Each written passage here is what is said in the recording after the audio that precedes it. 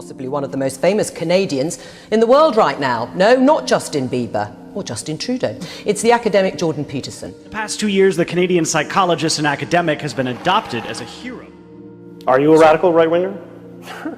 It's a silly question. What's the evidence for that? I'm not asking for it. I'm asking you. It's ridiculous to defend yourself against an accusation that has no grounds. So what is your political perspective? I don't really have a political perspective. I'm not trying to play a political game. And I don't think that the problem that we're having right now is a political problem. I think it's deeper than that, which is what I said right from the beginning, which is why I think that what I'm doing is resonating. Stephen's teammate is a professor of psychology at the University of Toronto, a YouTube sensation, and the author of the big new international bestseller, 12 Rules for Life. Ladies and gentlemen, Toronto's Jordan Peterson.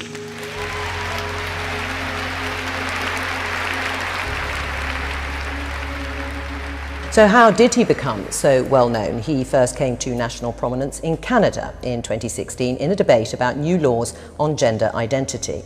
Bill C-16 made it an offence to refuse to call someone by their chosen gender pronoun. You say you've been painted as an extreme right-winger. No, some people have tried that. Not very successfully, but they've tried it. And you came to prominence in part over your opposition to this law that we just talked about in Canada, proposing the use of preferred pronouns for transgender people. Just for clarity. Mandating them. Yeah. Right. Saying that you should do it. No, that you had to do it. Right, you had to do it by law, but just... Hundreds of thousands subscribe to his online lectures.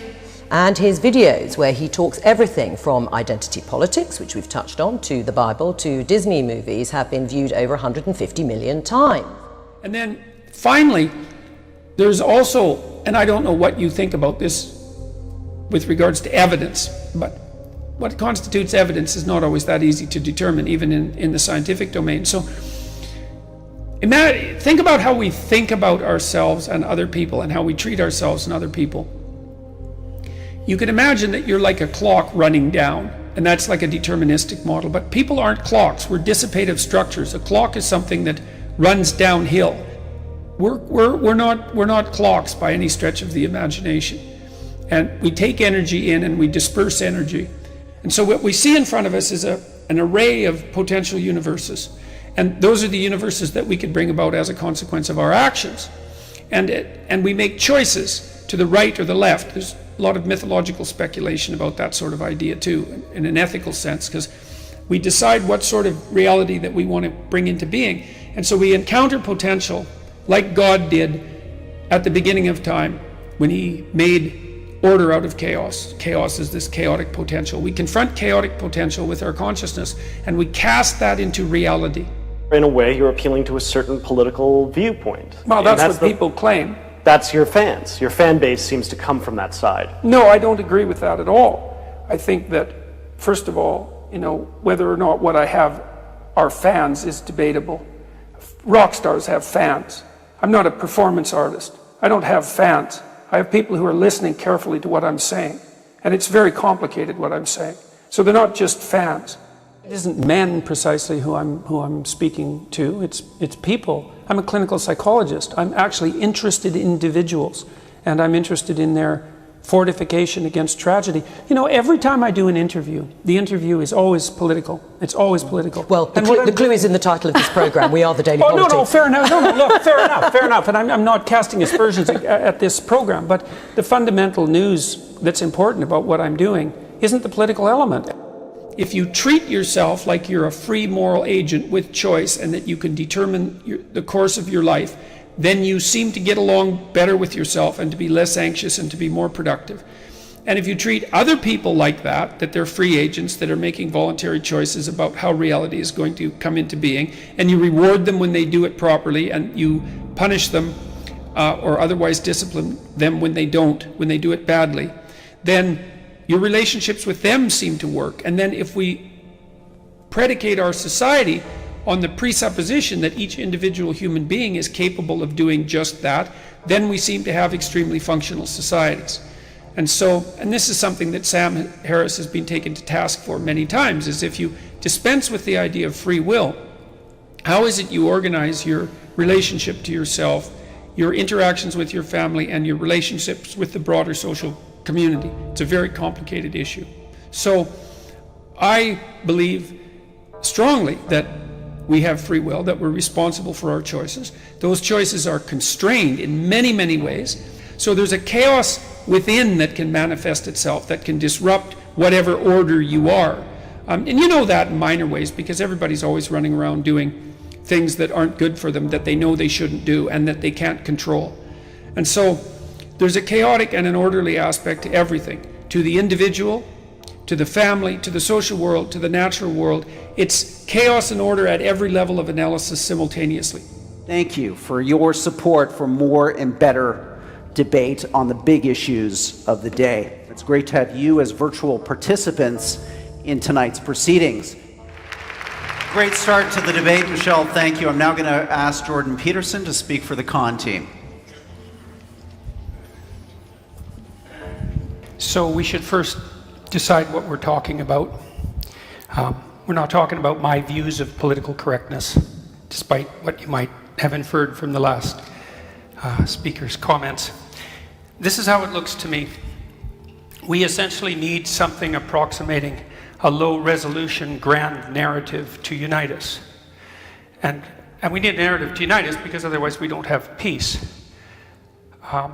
What's playing out in the universities and in broader society right now is a debate between two fundamental low-resolution narratives, neither of which can be completely accurate because they can't encompass all the details. Obviously, human beings have an individual element and a collective element, a group element, let's say. Force for good or bad, PC? Well, I think at the moment it's clearly a force for bad. I think it's corrupted the universities, perhaps beyond repair. And I think the reason for that fundamentally is that the PC ideologue types think that the proper way to classify people is by their group affiliation. And there's all sorts of problems with that. One is that there's an endless number of ways that you can classify people by their group affiliation. Jordan, let's have you jump in on this idea of what you see as the pernicious danger of groupthink when it comes to ethnicity, when it comes to gender. Why do you think that's one of the primal sins in your view of quote, political correctness? Well, I think it's one of the primal sins of identity politics players on the left and the right, just to be clear about that. Personally, since this has got personal at times, I'm no fan of the identitarian right. I think that anybody who plays a game, a conceptual game where group identity comes first and foremost, risks an exacerbation of tribalism. It doesn't matter whether it's on the left or the right. With regards to the idea of group rights, the idea of group rights is extraordinarily problematic because the obverse of the coin of individual rights is individual responsibilities. And you can hold an individual responsible, and an individual can be responsible. And so that's partly why individuals have rights. But groups, how do you hold a group responsible? But I hear a lot of category creep in, again, the argument against political correctness or against seeking group redress, the idea that kind of that way lies dehumanization, or, you know, that you're kind of 1 minute you're asking... Let's have Stephen come in on this. This is part of your opening remarks. You're a category creep, Stephen. Respond to that. It's a nice... I'm still very lost about why we aren't talking about political correctness. We're talking about politics, and that's fine. And I share exactly what you think about it. I'm not an enemy of identity politics per se. I can obviously see where it goes wrong and where it's annoying. Let's be empirical about this. How well is it working for you in America at the moment? Well, not well at all. Really isn't. Right. You can answer me in a moment. The reason that Trump and Brexit in Britain and all kinds of nativists all over Europe are succeeding is not the triumph of the right, it's the catastrophic failure of the left. It's our fault. We absolutely... My point is not that I've turned to the right or anything like that, or that I'm nice and fluffy and want everybody to be decent. I'm saying political correctness. Resist. Fight. If you have a point of view, fight it in the proper manner, using democracy as it should be, not channels of education, not language. You know, it's so silly.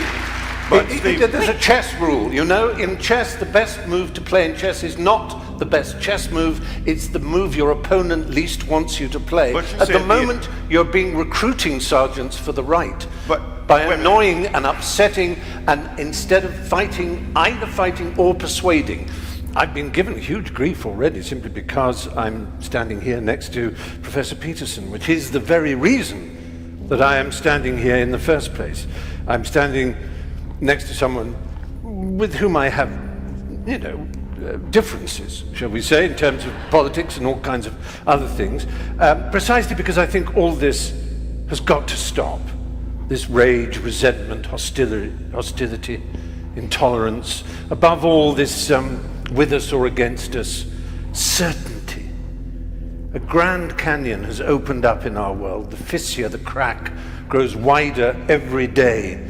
Neither on each side can hear a word that the other shrieks, and nor do they want to.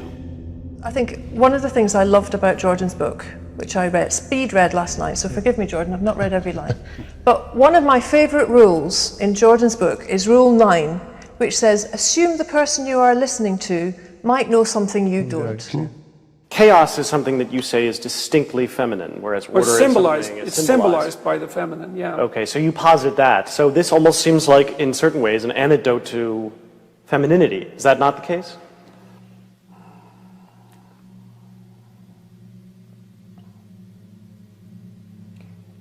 It's an attempt, I think that, let me think here for a minute how to put that properly.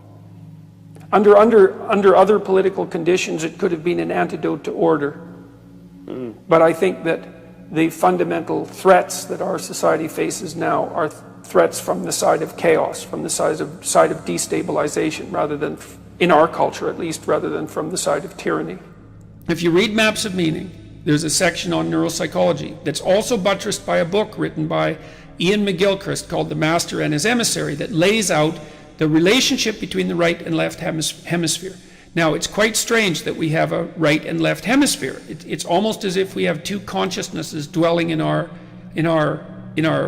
being. And they're quite separable. If you cut the corpus callosum that unites the two, then the two hemispheres will act independently to some degree. You can communicate with each of them somewhat independently. So they actually view the world quite differently. And that hemispheric distinction is not only there in human beings, but also in animals, a long way down the phylogenetic chain. And so you're wired so that you're not just order, and you're not just chaos. You're order, continually confronting chaos so that the order remains updated. See, something is meaningful. The reason that something is meaningful is because you're getting a deep instinctual signal that you're encountering anomaly at a rate that doesn't exceed your capability. That's also the rate at which you can keep yourself updated optimally. And so meaning isn't epiphenomenal, and it isn't some kind of delusion that rationality can and should overcome to say, well, everything's meaningless. It's like, no, it's not. Meaning is the most fundamental instinct for adaptation. And so that's partly why in 12 Rules for Life, I said one of the rules, I think it's Rule 7, is do what is meaningful, not what is expedient.